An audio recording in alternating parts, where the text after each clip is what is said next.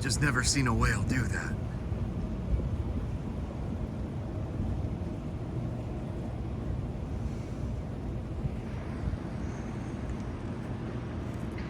Good for you, ma'am. She called it in. Good for it. Scared the shit out of her. I don't know what you're doing back in that. I guess it's just a dark alley, ma'am, and I don't. You came up on me pretty fast there, but good for you. You blew the horn. And bad for the government. They're either unable or unwilling to do their job, or fucking both. I assure you, it's both. It was two black ladies. She'll probably report, well, he was about 10 feet tall. That's partly because I was on a 4-foot walk. I'm not going to go back and watch the playback on that. Those ones, you would be surprised at the ones I don't go back and watch. I scared the shit. I turned around, and the most horrifying look was on her face. I mean, just terrified. She was terrified. It was worse. Yeah, she saw deuces.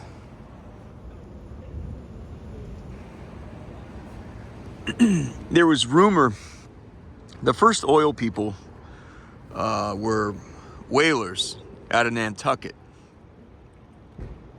That's where you got it's how we lit our cities. You put the whale oil in the lamps.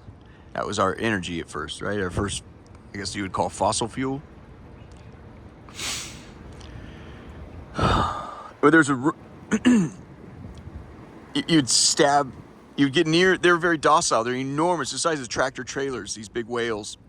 First it was the right whale, then it was the sperm whale. You'd harpoon them, but on the harpoon would be a very long rope, 10 football fields at least. What happens when you strike them is they run straight down to get away from the danger. They run from the danger.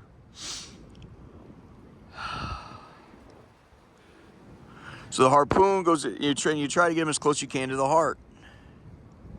So when you're out, you get on your ship, leave your friends and family, and this was usually a 2-year voyage to fill your belly of ship with whale oil. Just as valuable, if not more valuable, than the black oil today. It'd be only a couple 100 years or so until they found black oil coming out of the ground in Pennsylvania. I said, oh my gosh, the game's changed, right? Yeah, we have it right here. Excuse me, we have it right here at home, which separately, and it's a different conversation. Why do we need to go to the Middle East?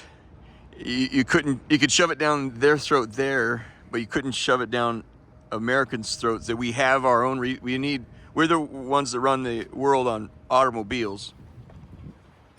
And we have our own, we have the black gold here. There's oil here. Anyway, to radically complexify, why couldn't you just shove it down America's gullet? I don't know. Anyway, more romantically, you'd leave your family for 2 years. You come back, yeah, if your wife was pregnant when you left on the voyage to go get the whale oil, when you came back, you had a 2-year-old child, or whatever. Okay, get it.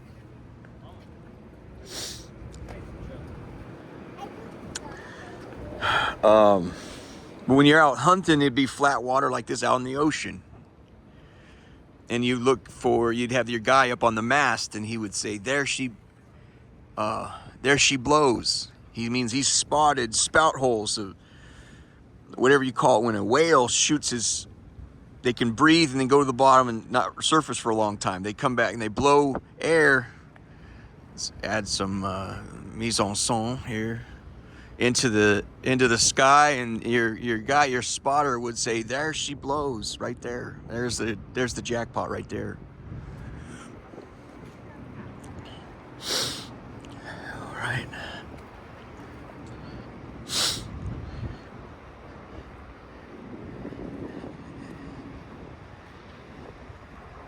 It's a fountain. It basically looks like a fountain blowing in the middle of the ocean.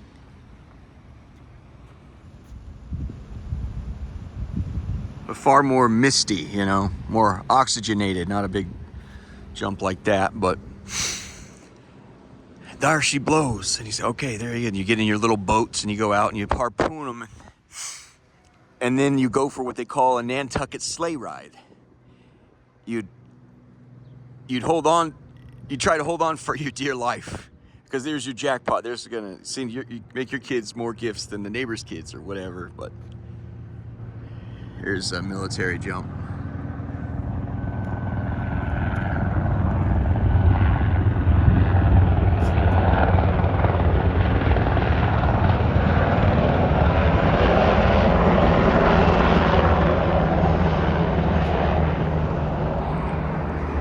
I have to confess to you guys, I'm a little jumpy after that last one. It's different. It's far, far different. When I was dealing with the military, the things that were said and done in those rooms, I am telling you, we are speaking the same language. She doesn't understand that language. The things I said to Warpinski are, I mean, shit that if any average American heard that, you'd be like, you know, I mean, it's horrifying shit. The fact that she caught just a small smidgen of that horrifies. Well, she's horrified, and that. Anyway, so you go for a Nantucket sleigh ride because the thing's going. It's going to run for its life. The whale is. It runs for its life. It goes straight down. Yeah, and incidentally, I know that about what these guys are doing. So I felt strongly she was going to call that in. So one of my first thought was when I went underneath that fence to get to Capitol Hill police yard right there where you see the Bearcat is almost always exclusively parked where those two black SUVs are in the middle. It's almost always there. You understand? It's rarely ever parked on the side like it showed in that video I just did. It's almost always, they're very proud of it. It reminds them when they go home at night and fuck their wives, they feel like Thor because it has control over, they control every, you know. The man with the gun and the gold makes the rules. I'm very sorry for what that lady is probably feeling right now. Warpinski, that's not, you know, he fucked it out in every possible way there is. We grown men and the shit you know. Anyway, sorry a civilian had to hear that. She doesn't know what to make of what. But you did the right thing, ma'am. You called it in. You did your part. She's black. I never got a look at her girlfriend that was walking with her. I think she was also black. I just remember the horrified look on her face. You know, on the South Side, the blacks have a phrase for a situation like that. Don't worry about it. Don't worry about it. I'm strangely, I can ask innocent questions, you know. There's been several situations where I'm like, wait, well, how do you do that? And they just tell me, don't worry about it. Or worse, if you go too far, mind your own. Motherfuckers on the South Side know how to mind their own. Otherwise, you get your fucking house burned down. You know what I mean? Where do you kids go to school again? Yeah, she felt like it appeared. The look on her face is like she had just been violated in every way possible.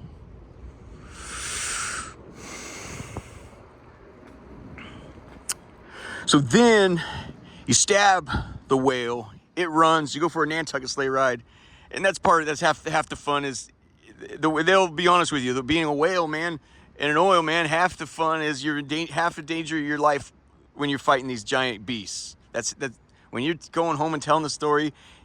Yeah, Chase Owen wrote his memoir about it. He says that's half the fun of being a whale man. It's telling people how close you are to death every time.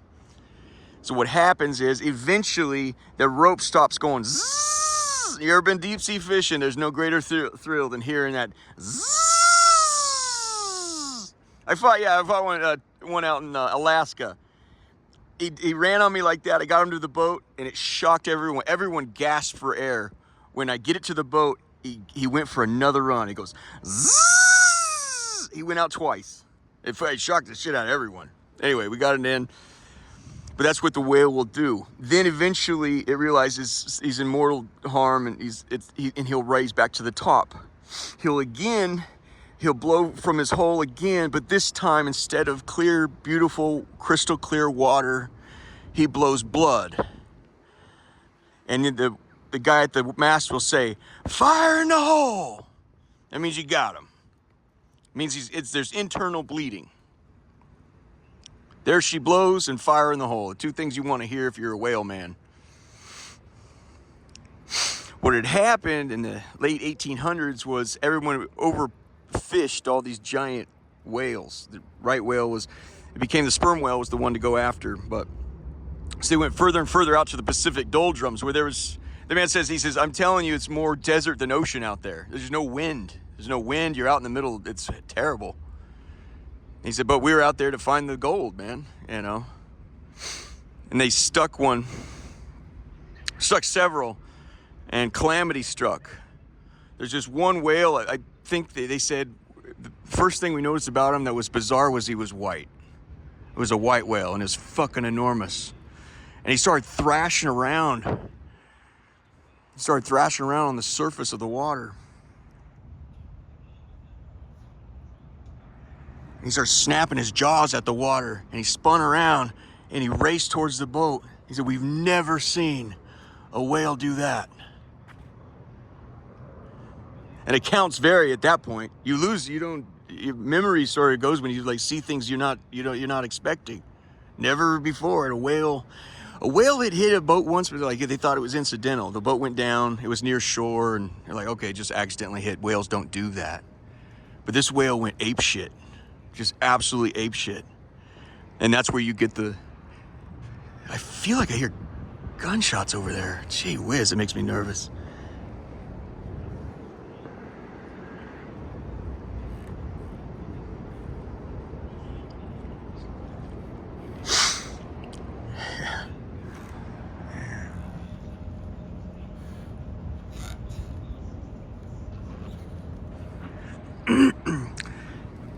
And other accounts are, no, I'm telling you, not only did it do that, it charged us, then it went off, it buckled back, and it charged us again. And that's when it sank our ship. It was the most unthinkable how you're out in the middle of nowhere. It's the most unthinkable. It never occurred to them that this could happen. And they were all in little boats, and the captain comes back because they're out fishing.